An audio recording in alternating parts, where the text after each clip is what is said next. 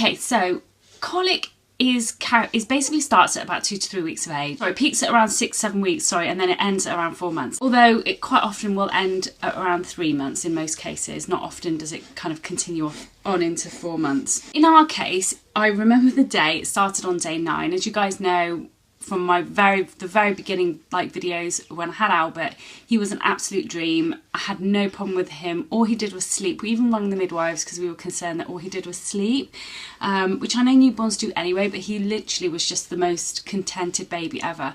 And then day 9 hit and he just started to cry.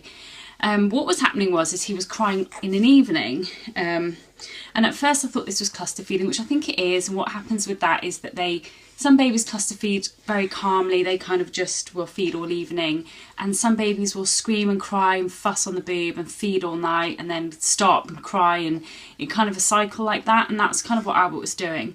So he was cluster feeding, but at the same time he did have the just kind of evening crying, which is what colic basically is. If you find that your baby is crying from sort of about late afternoon, early evening up until kind of late evening, middle of the night, then that is what is typically characterised as colic. Not a lot really settle them, and a lot of people think that it's wind. Now there's kind of a theory out there that it is wind because no one can really, and it might be a bit of wind, and there's all these drops and stuff like the Infocol and Colic and all that kind of stuff. But really, yes, while they do help bring up wind, they don't really take away colic as such. If you're finding your baby is settling quite well with those drops, then it probably is just wind rather than colic.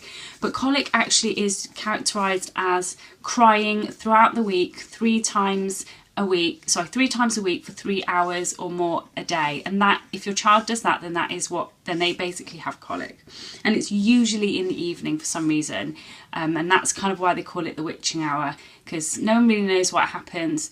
There's also a thing called purple crying, which the purple is like an acronym for different things. I'll leave a link down below to another video that explains purple crying. And basically purple crying is a kind of another word for colic, basically where it's developmental, and it's basically where baby just cries and cries for no reason. There's no amount of settling or anything or feeding or anything that will settle them. It's purely just something that they do, and no one really knows why they do it.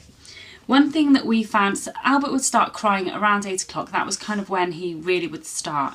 And he would cry all evening, but the things that would stop him crying was stripping him down into his nappy and playing with him on the floor. He loved that, and he would just completely stop crying.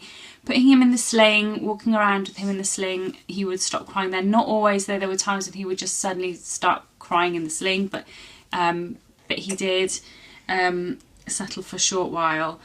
And just kind of taking it in turns to kind of bob up, walk around with the baby in the sling, walk around with the baby. If you're breastfeeding, sometimes in the evening, this is when people think that their breasts are quite empty, because it's almost as if the baby drinks them dry. They haven't. Breasts are like rivers, they're not lakes, so they constantly are flowing with milk, even though it might not seem like there's much milk. And what tends to happen is that mums think, oh, my baby's crying, he must be, he's inconsolable, my boobs feel empty, he must be hungry, I'm going to go and give him some formula, I don't have enough milk. And that isn't the case at all. Albert did exactly that. My boobs felt very empty, he'd scream all evening, and he's humongous. There's nothing wrong with his weight. I have plenty of milk, it's just that your milk supply is the lowest at the evening. Just bear that in mind before you sort of suddenly decide to go rushing for a bottle or something. If that's what you want to do to get your husband or partner to help you out, then that's fine.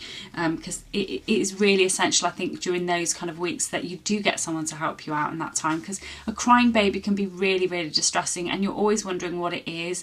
If that is the kind of pattern, if they're kind of generally okay in the day and crying in the evening, then that usually is colic. And it really does end. In the moment, it doesn't feel like it does, but it does end.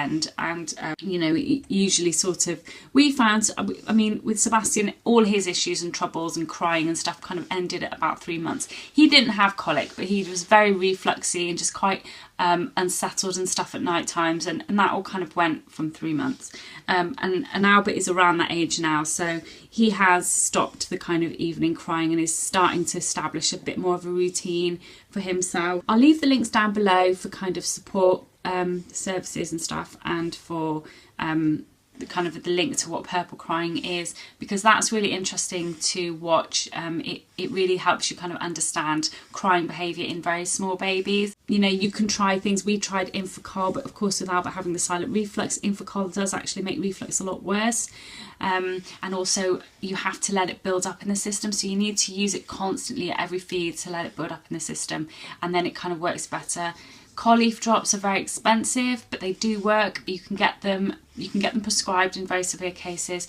It's a tiny bottle and it is really expensive. All Colic does is eliminate the lactose in the milk. So if you're finding that you're using Colic, then it might be worth buying a lactose-free milk.